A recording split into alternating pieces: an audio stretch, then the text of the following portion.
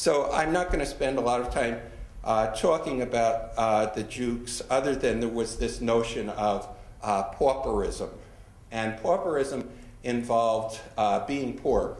And clearly you can see this as kind of an assault on the poor.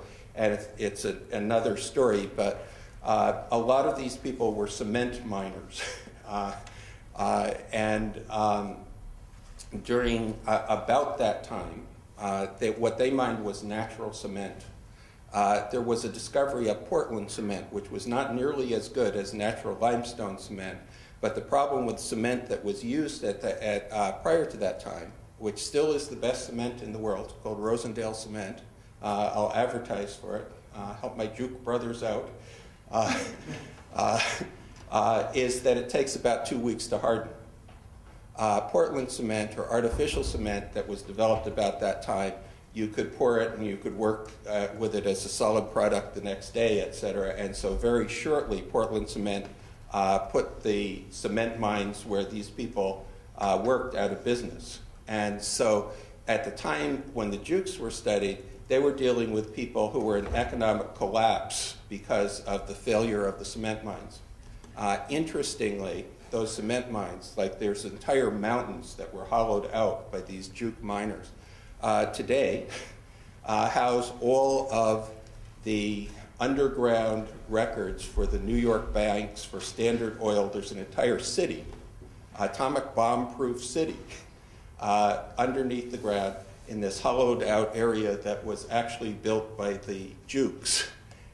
So if we have a nuclear war, know that your bank records will be safe. There will still be a record if you owe the bank any money, and you can thank the Jukes for that. But they were principally being criticized for intermarriage, and of course for having defective, handicapped children. So as a Juke 100 years or so later, I can tell you proudly that I've got a handicapped kid and an interracial marriage, and we're still the same people we always were. I won't go all through Dugdale's findings. The one thing I will point out is that I think it is quite famous that Supreme Court Justice Oliver Wendell Holmes made this decision about the sterilization and whether it is constitutional, and that decision was influential in the development of the Alberta Act and other acts as well. But 52 years earlier, Oliver Wendell Holmes Sr., his father, actually was writing about eugenics in the Atlantic, and again, picking on those Jukes. So we're still at war with the Holmes clan. So in 20th century eugenics, we started to get further emphasis on race, more refined views of intelligence, belief in deterioration of the intellect. And one of the things that was really interesting was as soon as we sort of got this idea of intelligence being something we could test and measure, we got the idea that somehow everybody was getting dumber, okay? And so this was partly driven by the fear that all of a sudden we were producing large numbers of people with less intelligence. Now it's interesting because we could never measure it before, and some people will say that we still can't measure it now. But as soon as we started to measure it, we assumed that it was getting worse, okay? Is anybody here familiar with the Flynn effect? Basically what the Flynn effect says is we're getting smarter. Nobody knows why we're getting smarter. If you actually look at intelligence testing and the standardization of intelligence testing, they have to keep re-standardizing tests because people's scores are going up. And it's irrefutable. Sort of the initial reaction, it's happening all over the world, okay? And it seems to be happening in spite of all these reasons that people say that we need to wipe out people in order to counteract the effect that our intelligence as a group is going down. It's a huge effect. It's not a small effect. It's basically about one standard deviation every 50 years.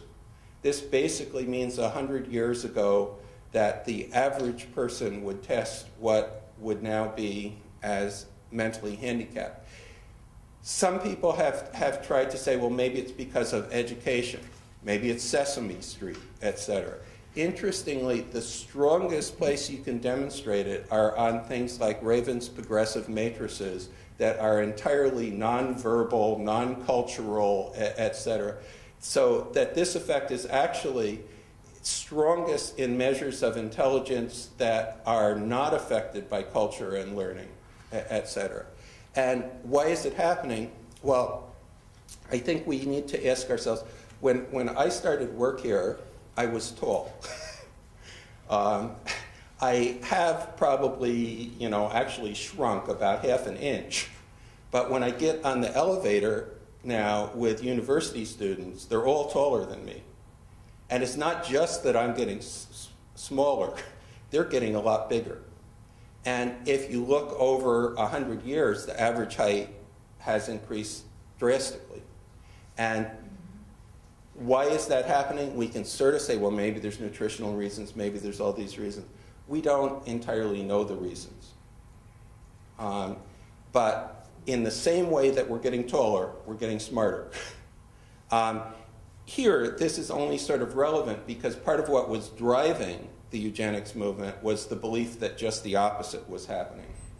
And so in the 20th century, we had mass institutionalization, sterilization, and in some cases, we had actual euthanasia. So we had, for example, the T4 program in Germany, where people were actually put in the gas chambers, and the first gas chambers were actually developed in the euthanasia program, and it was both the equipment and the personnel from the euthanasia program that then went on to create the death camps like Treblinka and Sobibor, et cetera.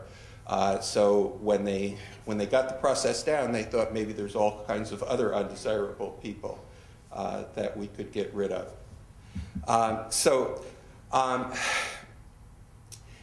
Sterilization is the most obvious form that was practiced here in Alberta. However, it's not the most prevalent form. Institutionalization, in fact, was the major tool of eugenics. And stopping people from having children by locking them up in sexually segregated institutions throughout their reproductive years was practiced not just in Alberta, but across Canada. And the only difference is that it was easier to justify that in some other way. However, if you look at the discussions about the creation of institutions in Canada, the United States, the intent is entirely clear that the purpose is primarily eugenic. We also had it, and this was a shock to me, I grew up thinking about Clarence Darrow and the Scopes monkey trial, et cetera. If you actually look at Hunter's civic biology, it's a eugenic tome that I think we would find kind of disgraceful. But it's interesting that that aspect of it is not sort of carried forward when we look at sort of our liberal traditions and how that battle was carried out. So